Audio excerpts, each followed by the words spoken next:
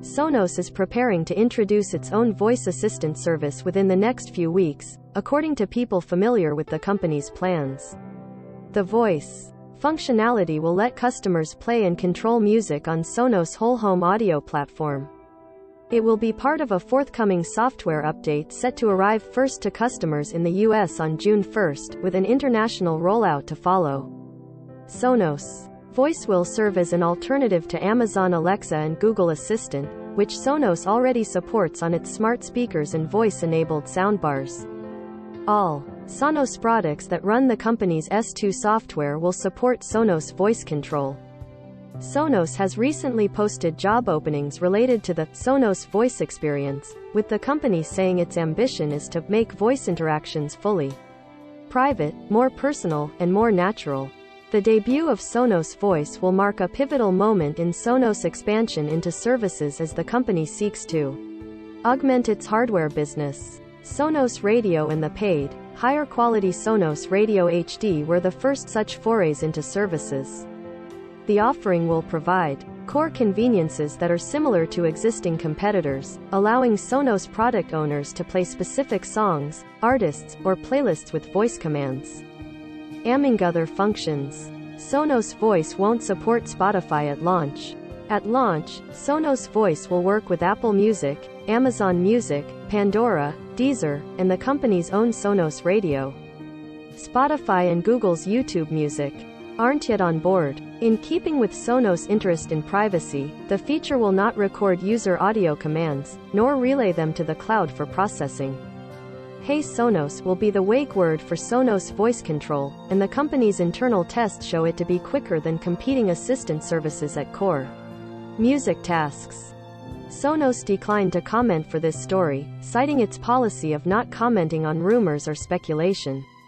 But through various job listings for the voice product and an as yet unannounced home theater OS, the company has offered a glimpse at a future where it will put a much greater emphasis on software and try to establish itself as a central hub for streaming entertainment, potentially moving beyond audio to incorporate video as well.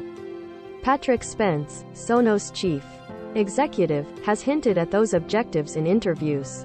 "You're always investing ahead of the curve," he said on the Decoder podcast. "We're hiring people in software to go into new areas that we're not in today." It's easier in hindsight to understand that a company has been working on all of these great things. We just didn't see it at that moment in time. Voice services have been a point of contention in Sonos' rift with large tech companies including Google and Amazon. 2 years ago, Spence told U.S. lawmakers that Google refused to allow its assistant service to operate simultaneously with Amazon's competing product on the same device.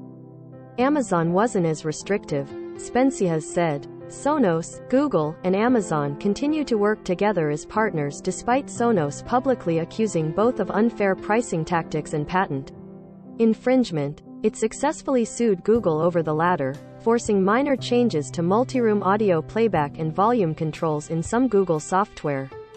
Do you know more about Sonos' product and services roadmap? Reach out to me at welch@theverge.com, via Twitter DMs at Chris Welch, or message me securely through Signal at 845-445-8455. You can also always use SecureDrop or Signal to send messages and files to The Verge without revealing your identity. Sonos' development of its own voice feature hasn't exactly been a well-kept secret. The company has signaled its interest with customer surveys, and last year, early details about the service were discovered in the Sonos mobile app, as noted here by Protocol. At the time, screenshots indicated that it would be possible to use the Sonos voice service alongside Alexa, with customers able to use either one by saying the respective wake word.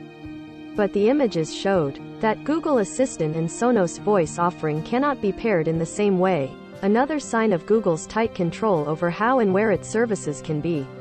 The Sonos voice experience will stick to the fundamentals at launch. But if people are able to use Alexa at the same time, Sonos calls this feature voice concurrency, they'll be able to give the Sonos offering a shot without sacrificing smart home integrations or other, more varied features that the Sonos voice service may lack. Sonos' stated goal of making voice fully private could be another key way of differentiating itself from Alexa and Google Assistant, both of which heavily rely on cloud computing. Amazon says Alexa is designed with multiple layers of privacy and security, and Google offers similar assurances. But some consumers remain inherently wary of voice technologies and big tech using voice interactions for advertising purposes. Last month, The Verge reported that the next new hardware product coming from Sonos is a budget soundbar to be priced around $250. That device, the Sonos Ray, will also be announced in the coming weeks. Unlike the company's more expensive Arc and Beam soundbars, however, it will not have integrated mics for voice controls.